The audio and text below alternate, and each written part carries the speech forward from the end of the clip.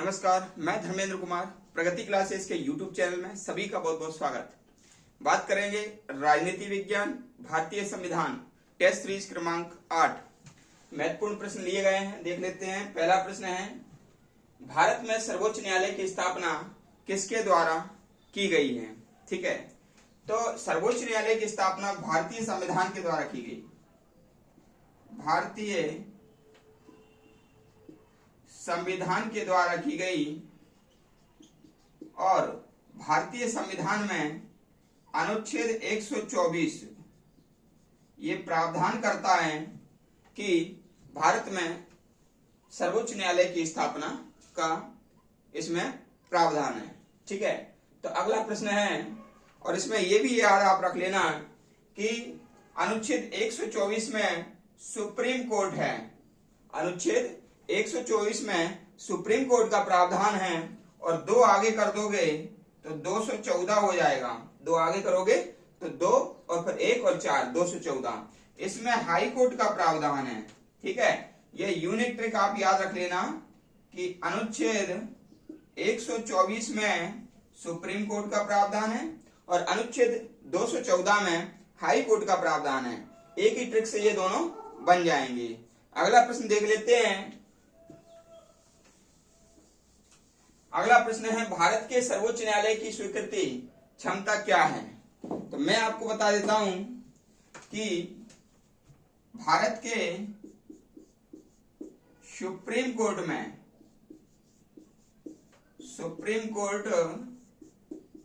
में इस समय 1+33 यानी कि 34 न्यायाधीश हैं।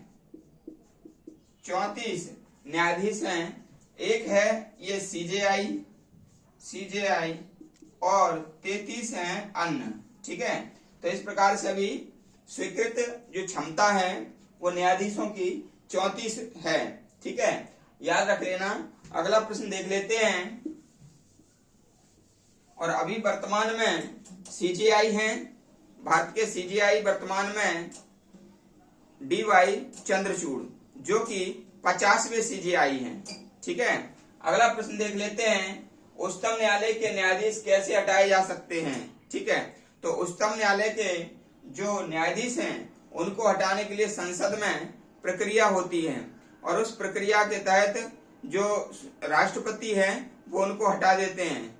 ठीक है, वो सिद्ध कदाचार होने पर, क्या है, सिद्ध कदाचार या असमर्थता के आधार पर उनको हटाया जा सकता है राष्ट्रपति के द्वारा, लेकिन संसद में उसके लिए प्रक्रिया होती है।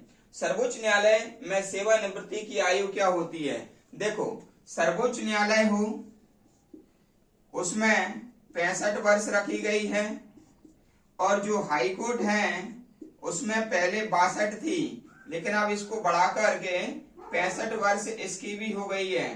ठीक है, तो अभी सुप्रीम कोर्ट और हाई कोर्ट के मजिस्ट्रेटों की जो आयु है, अधिकतम आयु, वो 65 वर्ष हो गई है। पहले हाई कोर्ट में 62 वर्ष थी, लेकिन 114वां संविधान संशोधन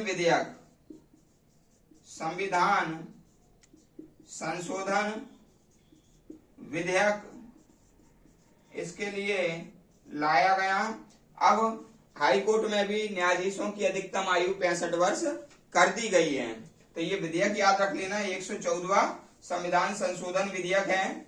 अगला प्रश्न उठता है, भारत के सर्वोच्च न्यायालय में कार्यवाहक मुख्य न्यायाधीश की नियुक्ति कौन करता है? देखो, जो सर्वोच्च न्यायालय है एससी सुप्रीम कोर्ट, उसमें क्या है, यदि जो मुख्य न्यायाधीश है वह असमर्थ हो या फिर मुख्य न्यायाधीश का पद रिक्त हो, दोनों ही स्थिति में सुप्रीम कोर्ट में जो मुख्य न्यायाधीश की नियुक्ति की जा सकती है, कार्यवाहक मुख्य न्यायाधीश। कौन सा?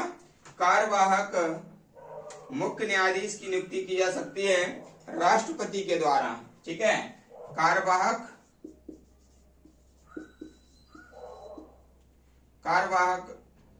मुख्य न्यायाधीश।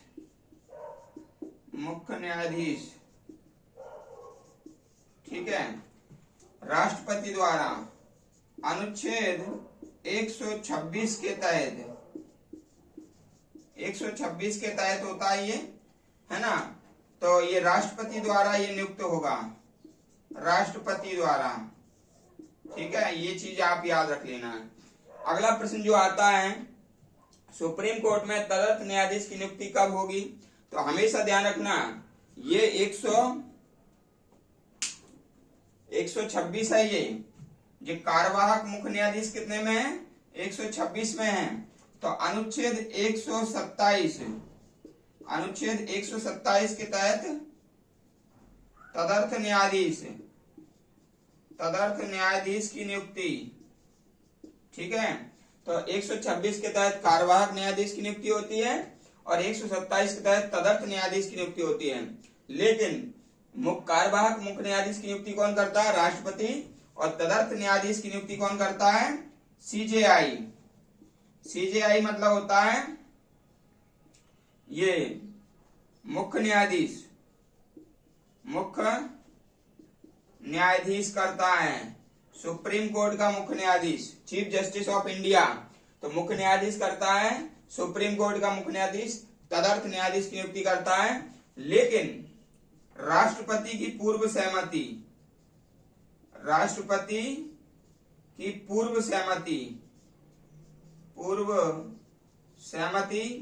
ठीक है, और संबंधित राज्य के मुख्य न्यायाधीश के परामर्श से, यानी कि हाई कोर्ट के मुख्य न्यायाधीश के परामर्श से करता है। लेकिन कब होती है, किस कंडीशन में होती है? जब सुप्रीम कोर्ट का जो सत्र है वह चालू होने वाला हो, सुप्रीम कोर्ट का सत्र चालू होने वाला हो और उचित कोरम ना हो रहा हो, उचित कोरम नहीं हो रहा हो। कोरम माने होता है न्यूनतम संख्या जिससे कि कार्यवाही शुरू की जाए।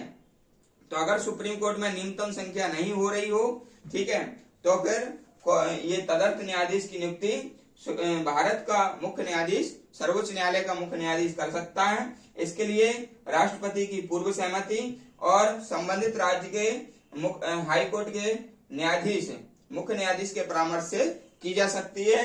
तो ये अनुच्छेद 127 याद रख लेना, और ये कार्यवाहक मुख्य न्यायाधीश ये कर लेना अनुच्छेद 126 याद रख लेना, दोनों चीजें। अगला प्रश्न आता है, अगला प्रश्न है, संविधान की व्याख्या करने का अंतिम अधिकार किसे होता है? तो सर्वोच्च न्यायालय को। किसको? सर्वोच्च न्यायालय को।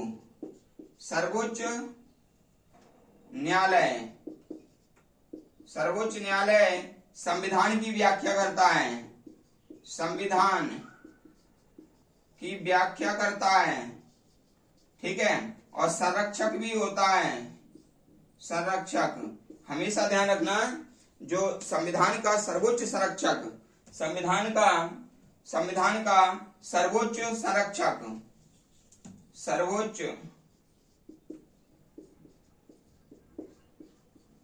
संविधान का सर्वोच्च संरक्षक कौन होता है? सुप्रीम कोर्ट होता है, याद रख लेना ये चीज।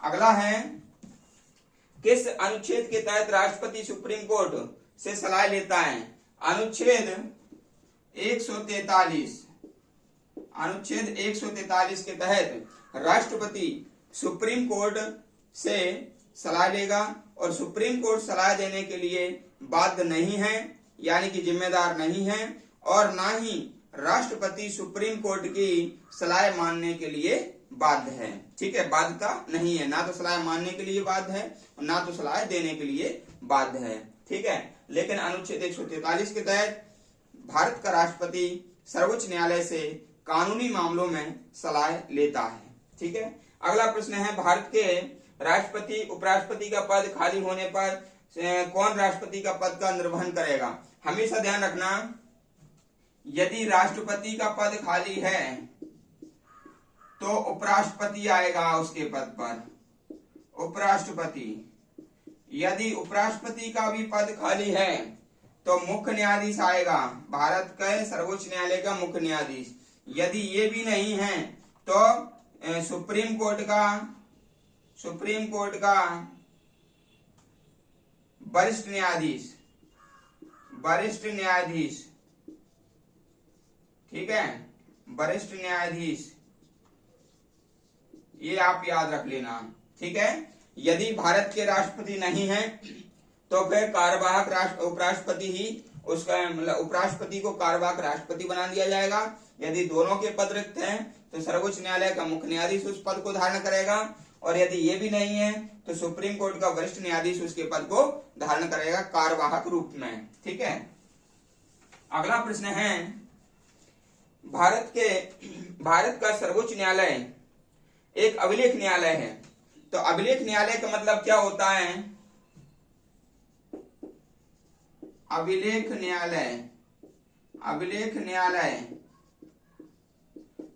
न्यायालय अनुच्छेद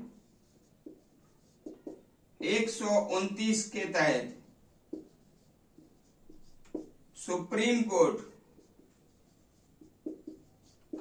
कोर्ट एक अभिलेख न्यायालय है,